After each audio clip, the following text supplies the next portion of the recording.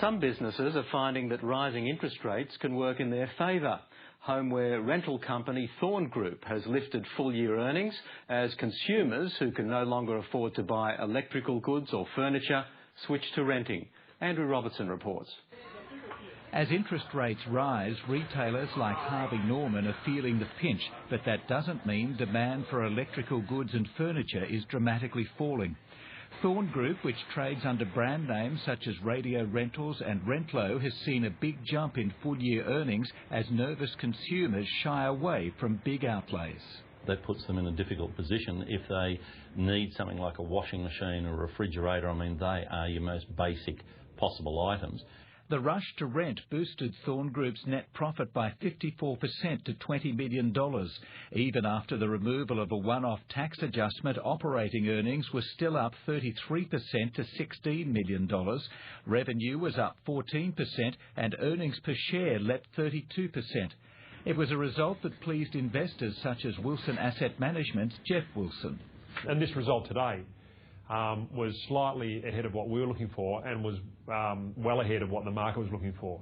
Which was reflected in Thorn's shares outperforming the market. Jeff Wilson says that's because it was a profit based on sound fundamentals and boosted by an increased contribution from the financing arm. 12 months ago it was negative cash flow over the period, where this time it was good positive cash flow, $3 million plus, and also margin improvement, which was very good. But it wasn't all plain sailing, though, with Thorn's foray into online selling, known as the Big Brown Box, still struggling to gain traction. The retail market out there right now, and for some period of time, has just gotten tougher and tougher. And I think looking around at what the results are coming out of some of those other retailers and the recent difficulties of a Clive Peters, for example, just goes to show how tough that pure retail market is. On the subject of Clive Peters, which has been placed into voluntary administration, John Hughes blames the retailer's push into New South Wales. With Clive Peters, they were very strong in Victoria, very strong in Western Australia, but you come into a market which is the home ground advantage of Harvey Norman. You've got JBs, you've got the Good Guys, and you've also got a very professional outfit in Bing here as well, plus a number of others.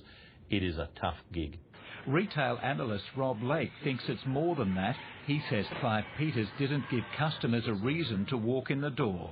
It wasn't big like Harvey Norman, nor did it offer the discounts that they offer. It didn't offer the service of places like Elite Appliances. It didn't offer the price cutting of JB or Bingley or the Good Guys. It was just another retailer. The administrators are hoping they can stem Clive Peters' losses and help the company trade its way back to financial health, but Rob Lake isn't convinced. I suspect that there's too much lead in the saddlebag now. They owe a lot of money to banks, and I think it's too late for them to set about carving out a niche. An indication of the size of the challenge facing Clive Peters will be gleaned this Friday at the first meeting of its creditors in Melbourne.